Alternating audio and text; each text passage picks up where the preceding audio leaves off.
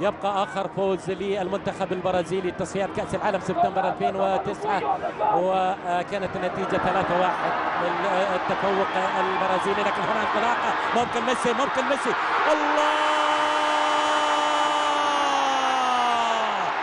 جول.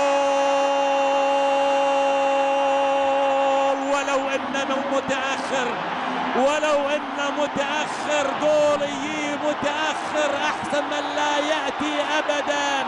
اتى الهدف المتأخر من المطلوب الجماهيري الكبير. ميسي يتقدم، ميسي وينطلق ميسي وحطها في الزاوية.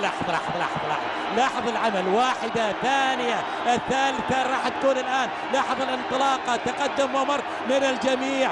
فعل مثل ما فعل مارادونا بالضبط في عام 1990. انطلق هو ولكن هو سجل، مارادونا ما سجل. مارادونا باصاها الكنيديا، ولكن هنا انطلق، هنا تخلص، هنا تقدم. واهم ما في الموضوع وين حطها في الزاوية اليسرى. وبالتالي ميسي يلبي رغبة الجماهير بالتألق، لأنه هو اللي لفت الأنظار من المشجعين والأنصار في الملعب، في التدريب، في كل مكان يذهب فيه. ميسي مطالب بتسجيل الهدف